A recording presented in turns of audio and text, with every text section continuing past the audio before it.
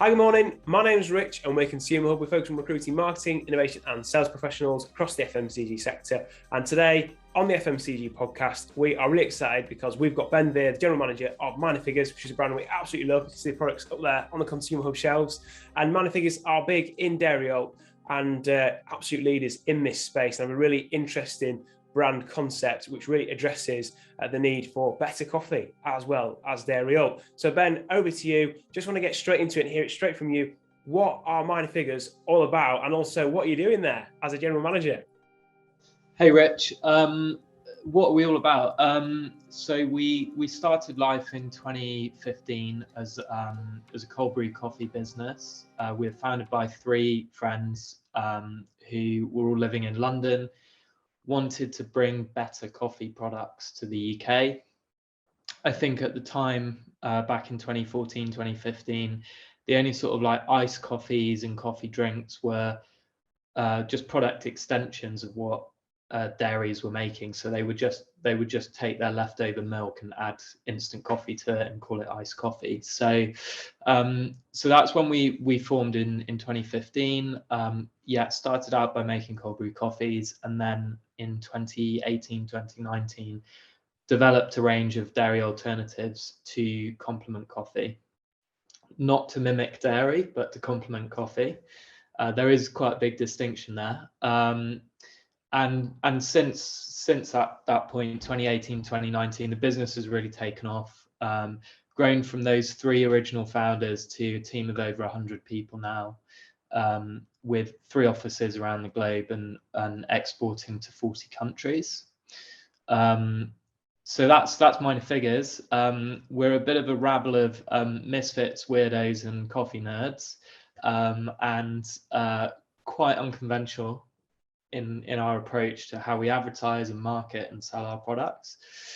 And then my role as GM, that's a new role for me. I stepped into in January. So December, I took on my most important job. I became a dad. And then in January, stepped up from commercial director to general manager for the EMEA region.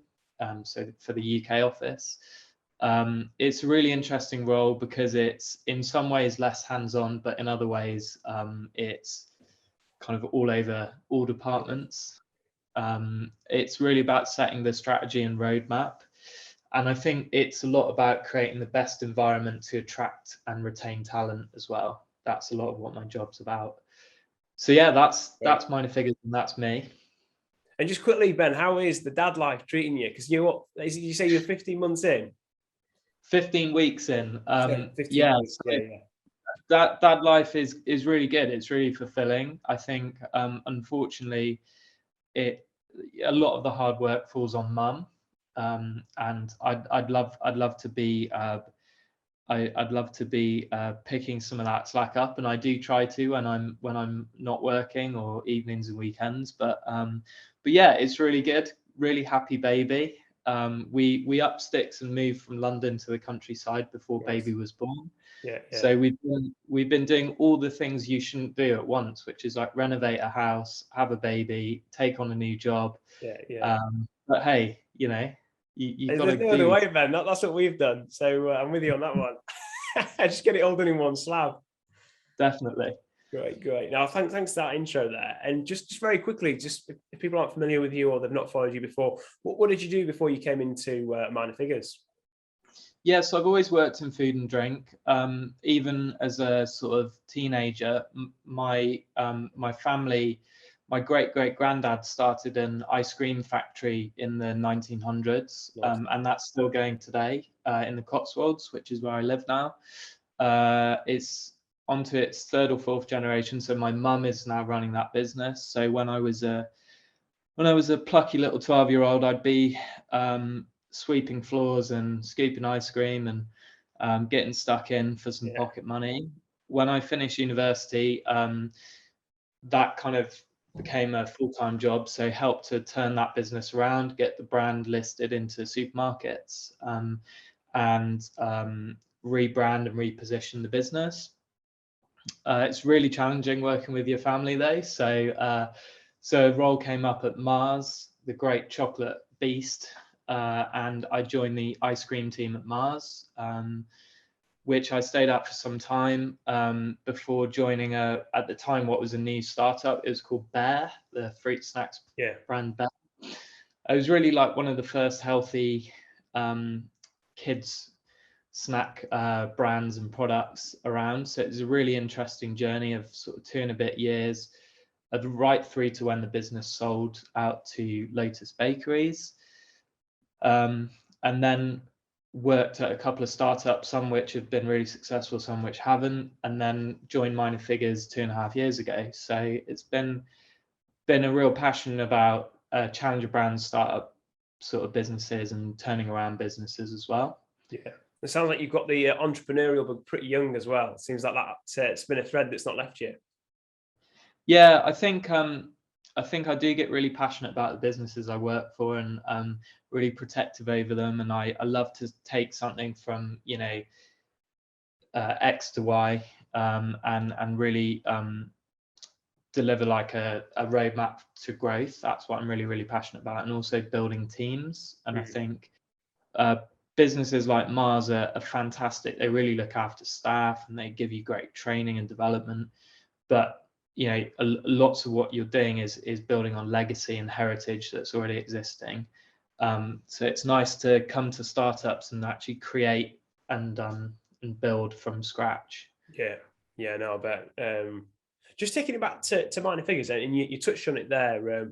The mission is all about not replicating milk, but actually offering better coffee. Can you just kind of give us a bit of a granular view on like what is the purpose of the brand? Or within that, if you don't have a purpose, what are you up to? What's the kind of scope of it? What are you trying to achieve with it? Sure, yeah, that's a really good question. So the mission of the business is it's not actually about product at all. So the mission is what we believe is that to save the world, you need to throw a better party than those that are destroying it. And what we see as our sort of vision is to be a leading sort of innovative force that creates really energetic, creative, compassionate, and fairer future for our customers. We really identify our customers as, it's really broad, but we really target a certain consumer, which has an acronym YBSCC, which is quite a mouthful, but young, bold, socially conscious consumers. Those are basically our customers and our tribe. It just so happens that the products we make are within the coffee community. So coffee is this really amazing world. There are 22,000 independent specialty coffee shops in the UK, so it's massive. And coffee is habitual, so most people will go to the same coffee shop every morning or a couple of mornings a week.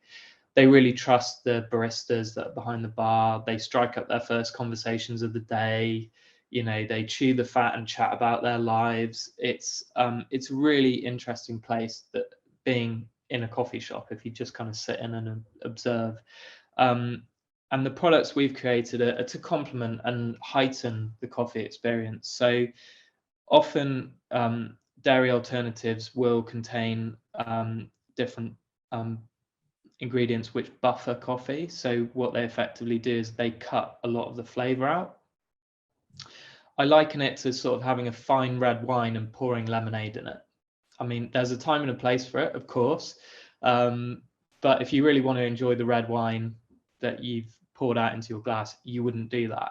So our view is if you're having a flat white or a latte or a cappuccino, and you're going out of your way to go to a specialty coffee shop, you really want to taste the coffee that's in the cup. So our oat milks have been really designed and engineered to not mess around with the flavor of the coffee and really heighten the coffee flavor and experience rather than cut through it.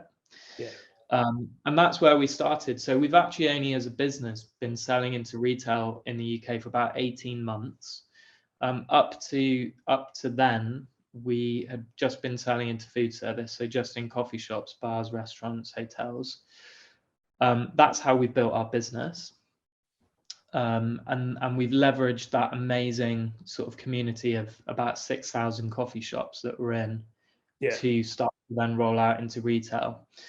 So we started that journey in Waitrose, who were a really early backer of the brand. and since have launched into Ocado, Morrison's, and then just last week into Tesco. So I guess the future of the brand is those two areas of our business. So it's the coffee side and it's the retail side, and continuing to grow both. But for us, yeah, retail is very, very new. And yeah, I feel it's a really natural place for us to be now on shelf, because we've built that community up, and it doesn't feel too alien just landing on shelf. Because I think some of the startups I will have worked in the past, the first thing you do is go straight to the supermarkets and try and get massive scale very, very quickly.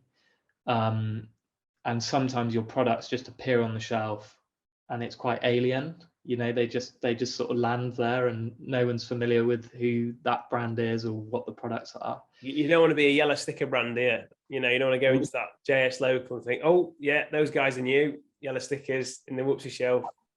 That's it. Yeah. So it's been really intentional that we've been very, very slow to go to retail. It's been really tempting to go much sooner, but we wanted to really build the equity up in the brand first. And just on that point, so it's really interesting you've built the equity out of home in that independent coffee market. Like you say, it's got just such a strong focus on experience and ritual. Now I know I'm right in thinking, aren't I, that Man Figures, you term that coffee shop space as your entree, don't you? We do indeed, yeah. So we treat the brand a lot like you would treat a craft, if you were working at a craft beer brand or in an alcohol brand. And actually a lot of the team that we've employed just by coincidence happen to have come from great businesses like Peroni Asahi, Camden Town Brewery, Gypsy Hill Brewery. There's a few others as well. So a lot of the team have that experience of a dual strategy of an on-trade, off-trade. Yeah. And how have you sort of built the pillars of kind of brand building and execution within that out-of-home on-trade space? Because when there's such scrutiny on the product experience in a way that you don't get in retail, because it's part of somebody's treat, their disposable income, that kind of ritual that's part of the just the kind of humanity of the week, make sure you get set up for the day. How do you make sure that you don't cock it up? Because it's a big kind of it's a big price to win if you get it right, but also it's quite high risk, isn't it, to get it wrong? Yeah, it's a big, you're totally right. It's high risk, it's a big prize, and it's also a lot of maintenance because unfortunately, because in the service sector, typically people aren't paid amazingly well, whether they're waiters, waitresses, baristas, that isn't an amazingly well paid, but it is a very hard working space. So there is a lot of churn. So you could build a great relationship at your local coffee shop with the team behind the bar. And then 3 weeks later, you could go in and there's a whole new team there and you have to kind of start over again from scratch. But yeah, I think because it's such a habitual activity, going for your morning coffee, people really trust in their baristas because they're chatting to them every day. So again, just like if you're in a pub, you kind of often trust the person pulling the pints behind the bar. The best way we can market the brand is to really get those baristas on side. So we have like a whole program of providing merchandise. If you go on our website, you'll see we sell like t-shirts, hats, pins, toilet plungers, skateboards, you name it, lots of weird and wonderful merchandise. We give a lot of that stuff out to our baristas, and they love wearing it, and they love having the caps and the t-shirts and the jumpers. And so that's where we start. We start by finding the very best coffee shops and roasters in every city and country that we go to. We're in over 40 countries, and we find those best coffee shops first. We build a personal relationship with the baristas and the staff. We give them merchandise, we give them stock, we give them training of how to steam and use the product.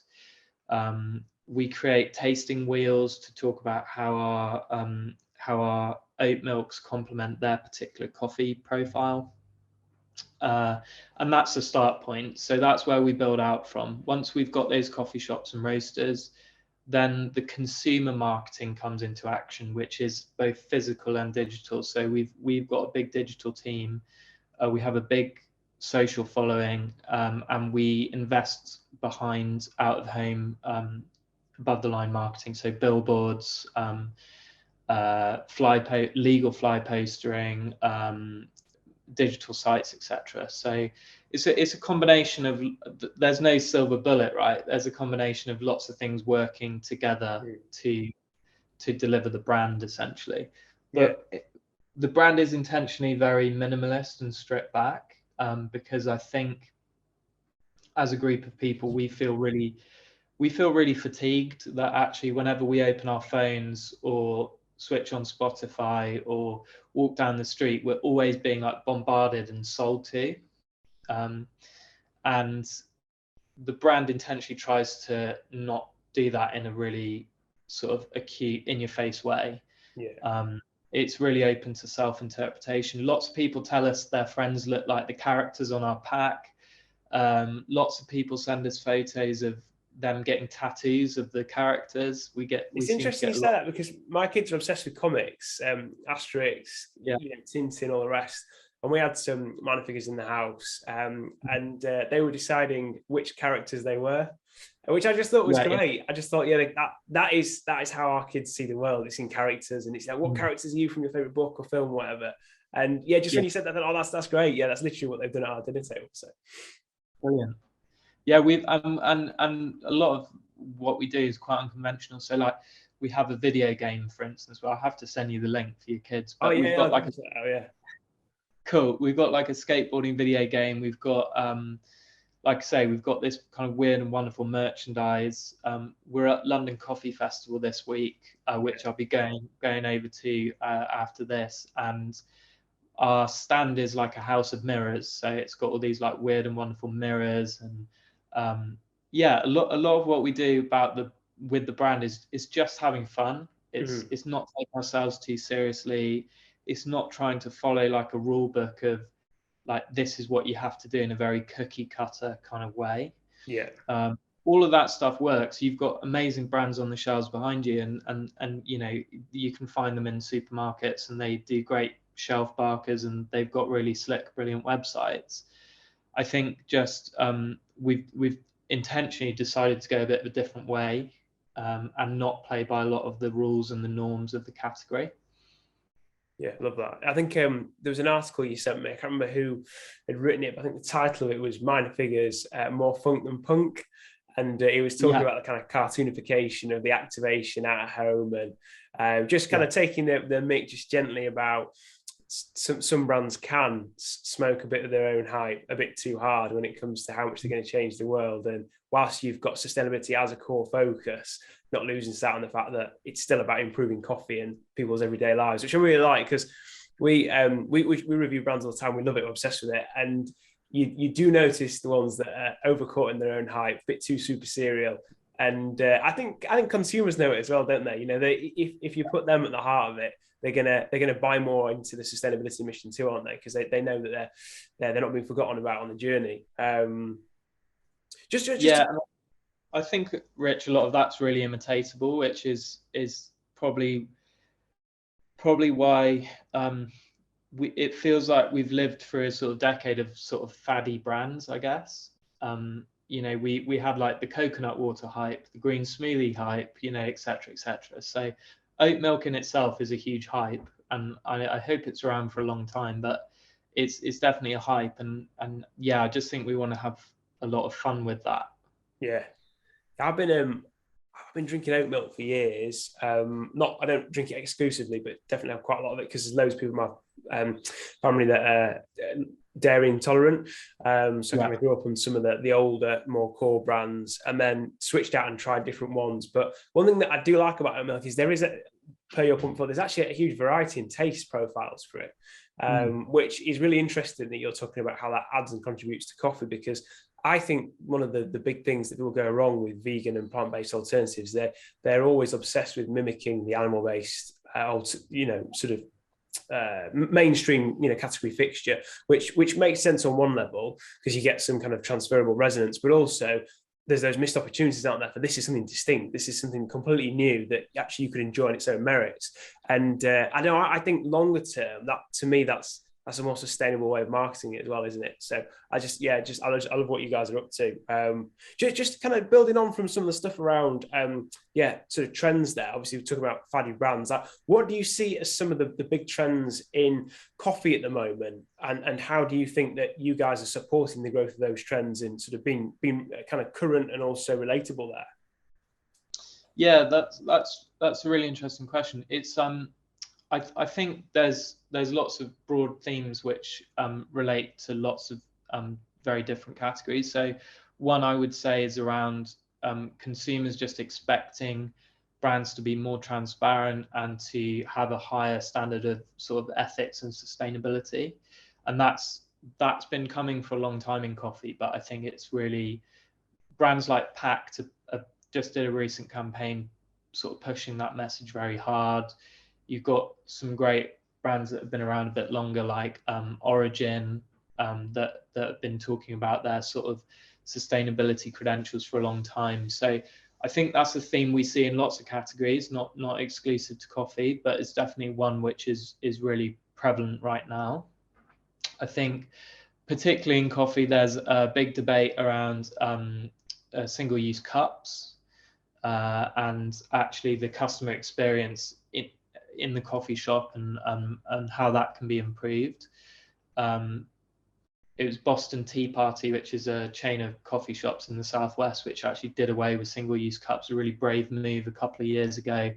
They have a scheme where you can go and borrow a kind of keep cup from them. Interestingly, one of our three founders, Stu, he actually founded Keep Cup in Australia, which has become the kind of benchmark reusable cup in the industry. So that was his life before Minor Figures, and that was why he was interested in the coffee world. Other themes we're seeing, I think, like hyper-personalization of products. So there's an amazing variety of dairy alternatives if you walk into a supermarket. So you've got a couple on your shelf, but people wanting products that are high in protein or enriched with vitamins, or growing up milks for kids, or different flavors. I think we'll continue to see that. I guess the worry in the longer term would be commoditization. So, at the moment, dairy alternatives they're a real brand play. People are very passionate about which brand they buy, whether it's an Oatly or a Minor Figures or a Mighty P or an Alpro. You're like team Alpro, team Minor Figures, team Oatly. I think it would be a shame to see the category go the way of dairy, which is total commoditization, no brands, sold virtually at a loss. So that may happen in the future, but we're definitely not there yet. The category is huge. I mean, it's like a £500 million category in the UK. It's growing very fast. Oat milk is over half of the category. So it's definitely the dominant sort of ingredient. And I think coffee is the reason why, because if you do sit in a coffee shop like I do a lot, and you just listen to the amount of oat milk coffees that are sold, it's staggering. So yeah, oat is now bigger than soy and most of the nut milks combined. So it's become really big, and it really accelerated during lockdown. Actually, people were taking their daily coffee shop ritual and routine home. So people were buying better coffee for at home. Yeah. And alongside that, people were buying more dairy alternatives at home. So we saw the category really continue to grow through COVID, which was really interesting. For us, it was a really challenging time because all of our coffee shops closed in the first lockdown. So we overnight lost sort of 70% of our UK revenue, but that was replaced almost immediately by the sales online through minorfigures.com and on Amazon and Ocado. more than compensated for that change. It's really interesting because it's great to see that's come back now. Coffee shops are busy again and they've reopened. But a lot of people still shopping online. That's like definitely a new trend we've seen. Oh, that was going to be one of my questions actually, is how do you transfer that brand loyalty that's based on just a fantastic experience with your brand in a coffee shop at home and then bring that into the home with D2C purchases? Is there kind of like a journey you need to take people on? Is it, what would your kind of advice be for people that are looking to do a similar thing? Yeah, so I think in line with us doing things unconventionally, we haven't farmed that piece of our business out to a 3PL to handle it all for us. So our head office is in northeast London. We've got a brewery there, so it does look like a kind of, we might be making beer or something really exciting, but we're just brewing coffee. That is exciting, but maybe not as exciting on a Friday night. So we've got these huge brewing vessels and this big cavernous warehouse space. Our office is next to it, and then next to the brewing setup is our pick and pack. So all of the e-com orders we are packing and fulfilling ourselves. What that means is we have like massive control over, if we see that Rich has ordered 6 times this year, we might chuck in a t-shirt in the next order, or we might handwrite a note, or put some extra products in, to give to you to just try and give us some feedback. So we're able to really have a personalized approach to the D2C element of our business, and it gives us just loads of control. So we've got a really strong subscriber base, and that is a mixture of sort of people like you and I just buying for at home, but it's also like medium-sized offices that maybe don't have an in-house kind of canteen or contract catering setup. So yeah, it's like a real spread of different customers that are buying us online, and they're using it for all different reasons. But yeah, like I say, it just means we've got control over it, and we can personalize the experience. And we will add like tasting cards into the send-outs, booklets on how to like make coffee at home, all sorts of fun we can have with it, really. Yeah, that's really interesting to kind of keeping the funk throughout the whole shopper experience, whether it's in a coffee shop or at home. What should people try if they're going to try something first, like of the products? Like say you're new, or somehow Oat Milk's passed you by and you've not got stuck in, or you've just been trying other brands. What would you say is a great kind of jump point for people to get into Man Figures with? Yeah, so in terms of our Oat Milks, we've got these three kind of SKUs, which are our white pack, which is our barista oat milk, and then we've got a sort of grey pack, which is our barista organic, and then we've got a sort of blue pack, which is our light.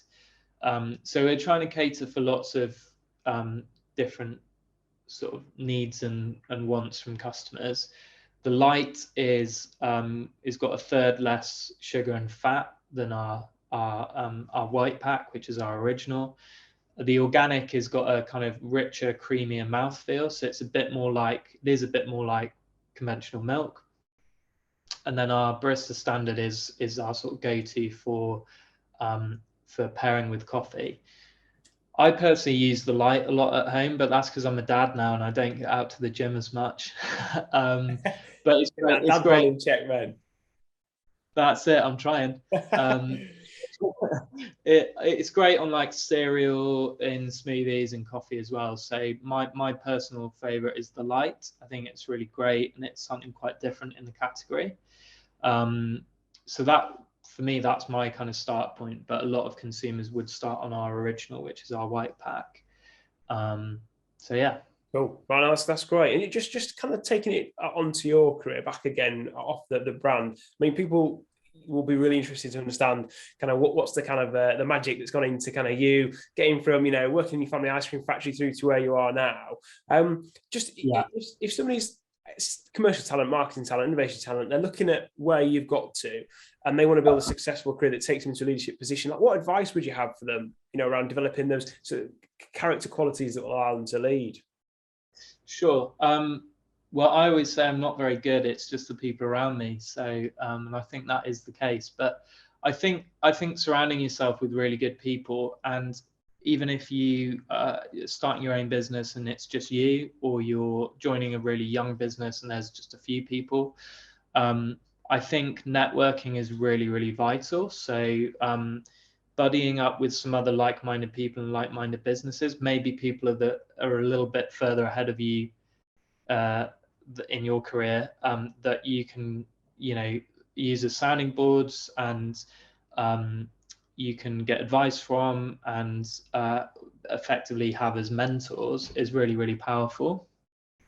I was very lucky in my career to have at Bear a guy called Giles Brooke, who's gone on to invest in lots of businesses. He also kind of ran Innocent and Vita Coco. And then even earlier on in my career, a guy called Tony Lawman, who's runs actually Alpro in Germany now, but he was at Mars, is an amazing sales talent. I think a few of those type of people are really, really powerful to have within your network. And also giving back and playing that forward and doing the same, for new people coming into the industry is key as well. So I think that networking piece is pretty key. I think curiosity would be the phrase I would sort of use to sum up a lot of what drives me. Is I'm curious about how consumers buy and consume product. I'm curious about how businesses function and work. I'm curious about the numbers, particularly. That numbers element is really important, sort of being all over the data points. And we're lucky now that data is very readily and cheaply available. So whether you're a big business or a small business, you actually have access to a lot of data. So even our D2C business, that gives us amazing information to be able to share with buyers about where our customers are and where they live, and how they consume and how frequently they purchase. So just even that element is very, very, very powerful for us. And then read. That would be my last sort of piece of advice. I pre baby, I was quite a ferocious reader, but I don't necessarily believe in all the tropes of lots of business books. I think they can say a lot of the same thing, but it could be industry publications, it could be listening to podcasts, it could be books, it could be a combination of all those things. Yeah. So some of my favorite kind of podcasts and books that I've read recently that I've applied to business haven't actually been business books. And it's interesting. I do find it's a bit of a theme in the people that I speak to in these type of chats, that readers who enjoy business don't just read business books. They're reading classic literature. I mean, some of my favorite things to read with the kids are myths and legends, Greek myths and legends, Viking myths and legends, and they're kind of, you can look at them, so they're just a load of fairy tales, but also they're like these cultural repositories of wisdom that just evolved over thousands of years. There's loads of nuggets in there. And I just love kind of reading really old stuff and thinking, right, how does that apply to what I'm doing now? And it makes the job more interesting as well, doesn't it? If you see the transferability between things, and it helps you stay curious, doesn't it, and on top of your game, especially when you're tired after a bad night's sleep with the baby, eh? Totally, Rich. Yeah, I think I agree with you on that. I read a lot of Stoics, so sort of ancient Greeks and Romans, Epicurus, stuff like that. Yeah, and there's an American author called Ryan Holiday who originally wrote called The Obstacle is the Way, but he's written lots of other books from the perspective of the Stoics. He's actually written a few kids' books as well, and he's got a podcast. So he's definitely on my sort of shelf at home to read lots of his stuff. So Ryan Holiday, if you're listening, go and check him out. So he's got a podcast, has he then?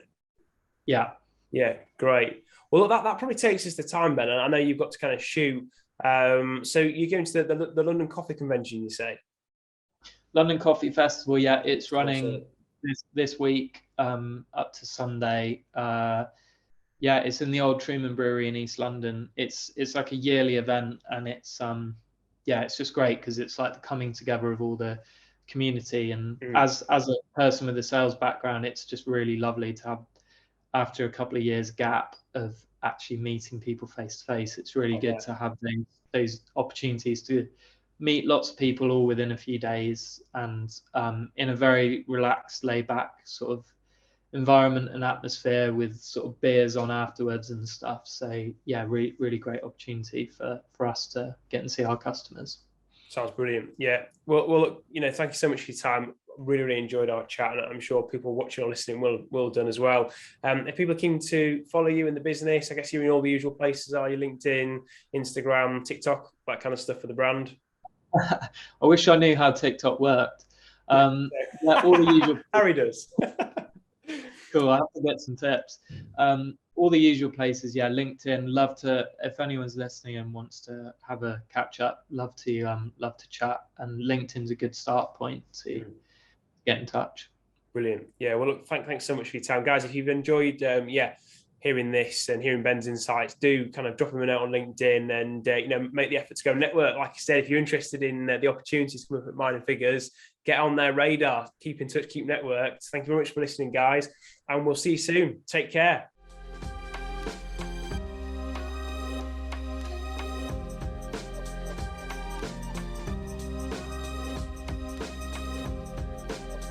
Thanks for watching the video, guys. Check out the playlist here for more content like this. Click the donuts to subscribe so you never miss an update, and give us a like and a comment so we know what content you'd like to see from us. See you next time.